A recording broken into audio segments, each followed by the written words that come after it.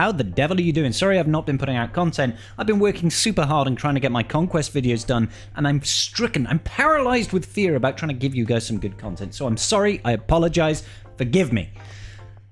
A couple of things for us to discuss though. Holy cow. First and foremost, I just wanted to bring you back over here to Disguised Clone Trooper and his character quests. They've reset.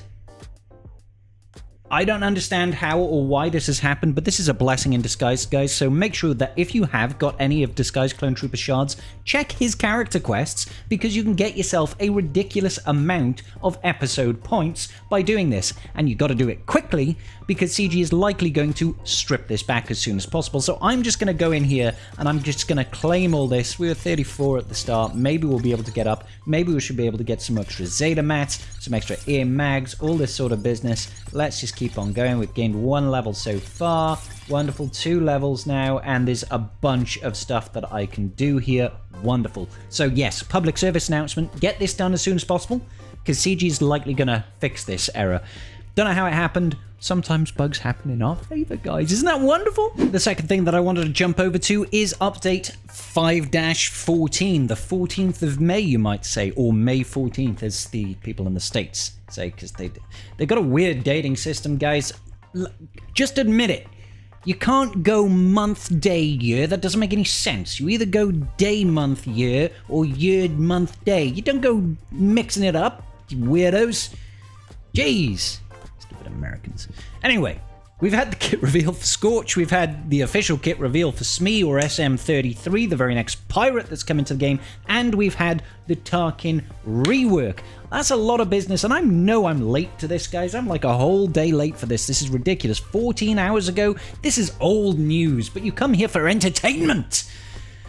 So if I can direct you to Arnold's channel, you could probably find... Just type in Arnold T101. You'll have a great time. But if you don't want to do that right now, you can just, chill with me for a little bit, I guess. What do we learn from this? We know that Padawan Obi-Wan is now accelerated. Wonderful. Farm him. Jar Jar Binks is permanently in the journey guide. Farm him, because he's great. Apo is now available in Chromium packs, so you can get him potentially with some Chromium packs, and it should be in shipments as well.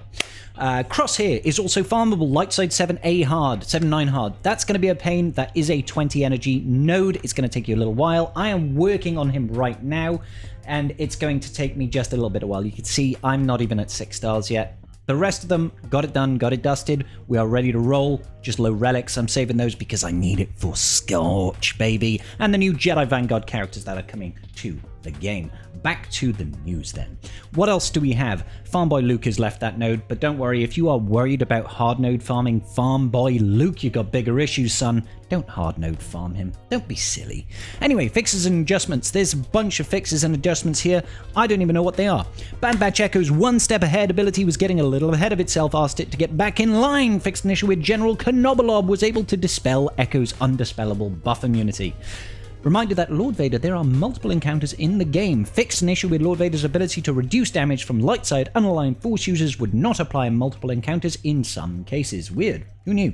CX2's unique description now says he provides ultimate charge to Lord Vader. This is something that McMull knocked me onto. Apparently there was something inside the mechanics for CX22 that when he inflicts Order 66, Lord Vader's getting 25% ultimate charge, which is a huge amount of ult. It wasn't in the description, but it was in the mechanics. CG have realized, fixer armored. CX2 is now exactly the same, but is at least clearer in his kit description. Master Qui-Gon Jinn will not assist the allies who attack outside of his turns. Oh. Well, that's rude.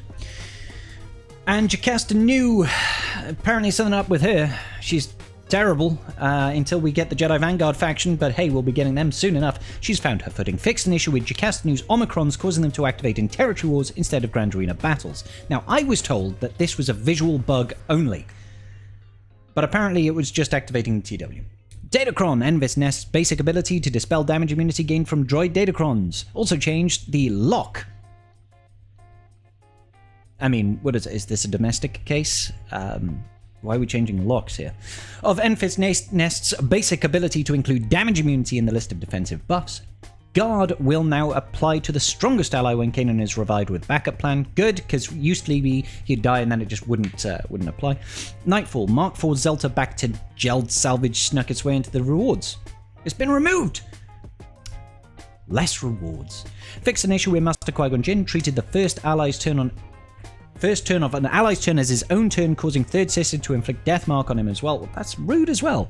And Disguised Clone Trooper's basic ability did not inflict Order 66 if Nightfall Trooper was active. I was wondering why that was happening. Well, I'm glad that they fixed some stuff. We are going to go ahead and check out Scorch's kit. There is so much news, guys. There's so much news. Look at this, 2 days old. Your boy Scribe is so bad at updates. I've been paralyzed with fear. So, Scorch, Dark Side. I'll be honest. Maybe this looks like what he does in the game, but it doesn't feel right. Is it just me? I'm getting some sort of uncanny valley stuff coming from this picture here. Okay, so he's a tank. We completely expected him to be a tank. That's the one thing that's missing from this Lord Vader team, is something to keep the team alive. We're not going to look at key attributes or strategy chips. We are going to unlock him on Tuesday. I will be doing a giveaway for Scorch shards. Make sure you do swing around. He is required at relic level 5 for Jedi Master Mace Windu. Is that what they're actually calling him, Jedi Master Mace Windu? I'm pretty sure the journey guide in which he's there is not currently showing anything. Is Tarkin getting a rework? Yes. We'll check that out in a minute. And Bulwark is a 150% defense per stack. Lose 1 stack of Bulwark when receiving damage. That's kind of cool. Is his Omicron active for all Grand Arena or just 5v5s? All Grand Arena modes. Good. We wanted the 5v5 team to have an Omicron to use. In 3v3, we liked Scorch with Tarkin, and CX2's 3v3 Omicron is with Lord Vader. Makes sense. Okay, let's check it out. Basic ability. Exterminate with extreme prejudice. Got to nuke it from orbit. So again, this feels so out of place compared to all the other aesthetics in the game. I don't know why. There's something about it. The blockiness, it just feels weird. Deal physical damage to the target enemy and dispel all debuffs from a random debuffed Empire ally. Okay, random cleanse. If the target enemy had Order 66, reduce the cooldowns of a random non-other Galactic Legend Empire ally by 1.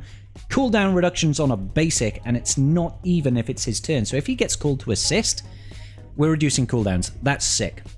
Special 1, Breaching Charge, a cooldown of 3. Look at the nades go.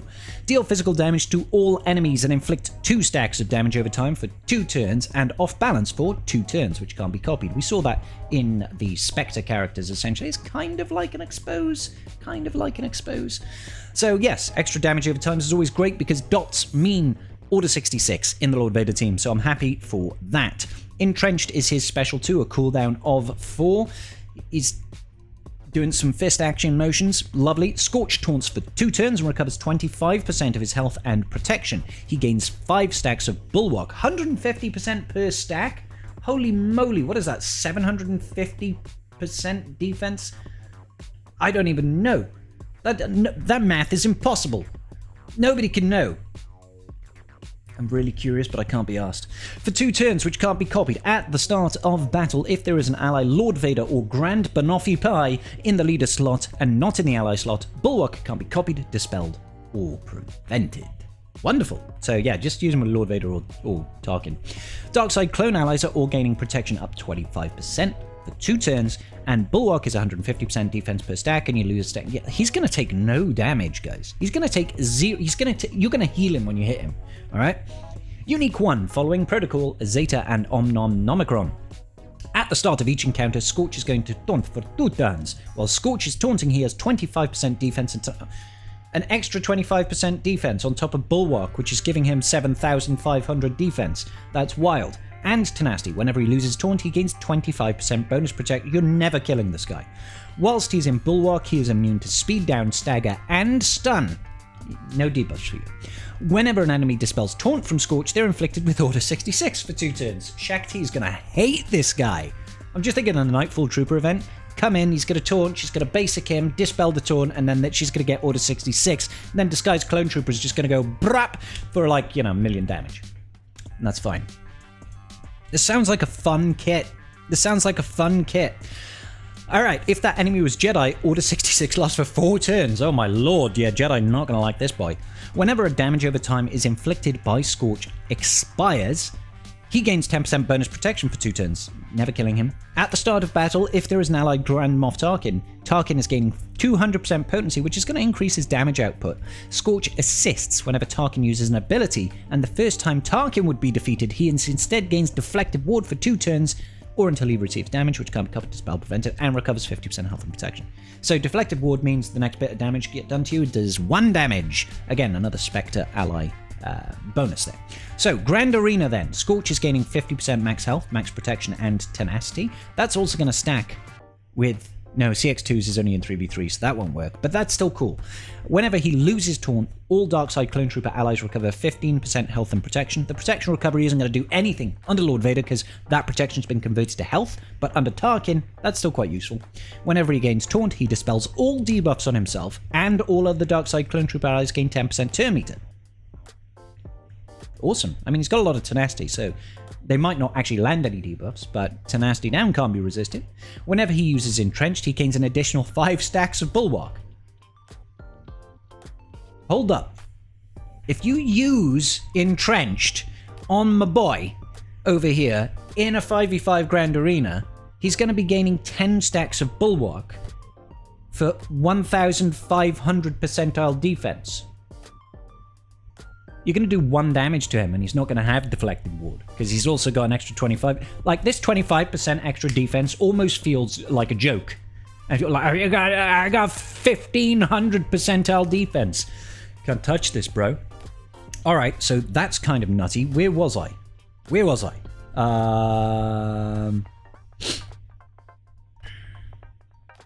Oh yeah, there we go.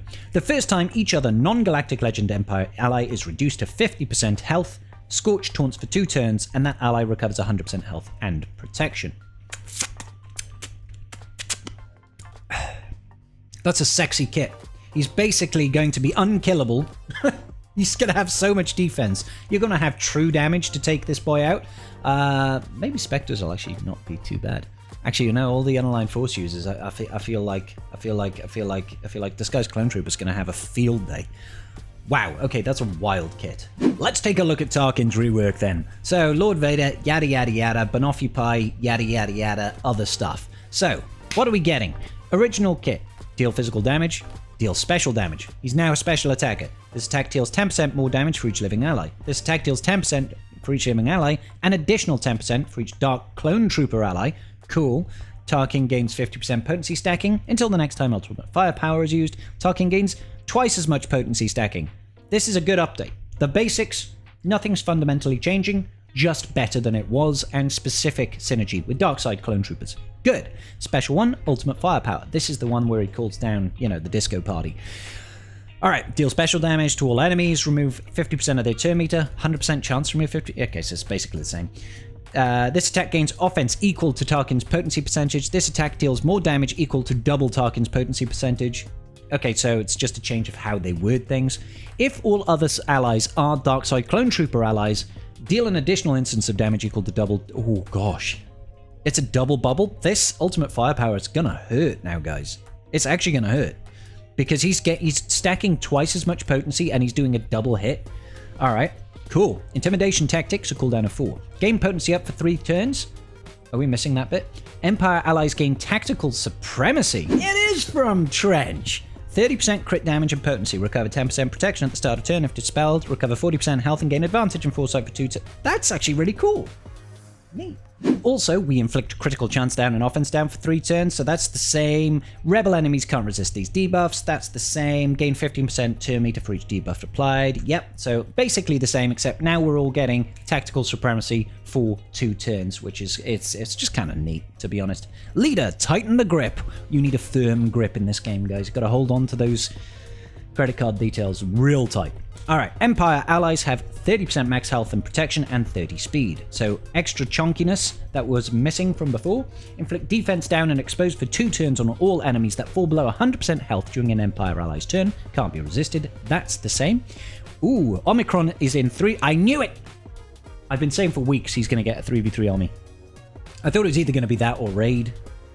But 3v3 only. While in 3v3 Grand Arenas, if all other allies are Darkside Clone Troopers at the start of the encounter, allied Darkside Clone Trooper supports stealth for 2 turns, tanks gain protection up 50% for 2 turns, which can't be dispelled, and Scorch gains 5 stacks of Bulwark, giving him 700 hearth and 1,000,075 Google plexes of protection. Whenever a Darkside Clone Trooper ally uses a special ability, Tarkin is going to assist, and on his basic, he's going to be ramping up potency, which is going to mean more damage with tactical supremacy, which is now going to do a double hit. It's going to be wonderful! Whenever an enemy evades or resists a debuff from Darkside Clone Trooper ally, Tarkin gains 5% turn meter and recovers 10% health. Alright, so yeah, I mean, Disguised Clone Trooper, he can sometimes evade. And resisting debuffs, we know that our big boy, Mr. Scorch over there, has got masses of tenacity, so extra turn meter and recovery there. Whenever intimidation tactics is used, dispel buffs on all enemies and inflict them with daze for 2 turns. Mass dispel and daze is kinda neat. Whenever ultimate firepower is used, inflict fear on all enemies for 1 turn. Can't be resisted, or dispelled, or copied.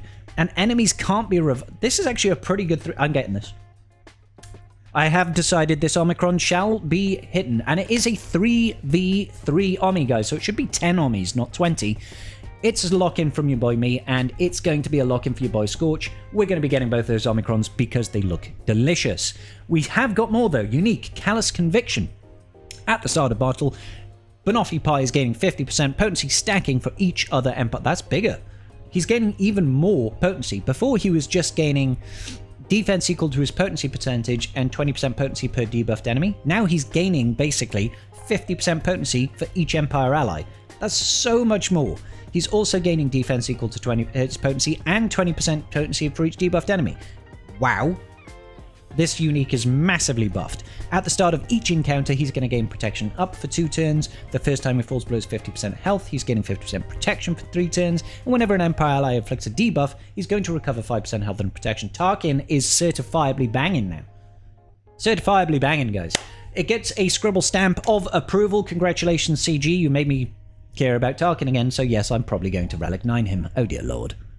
I wonder how this is going to impact his ship. I don't even know.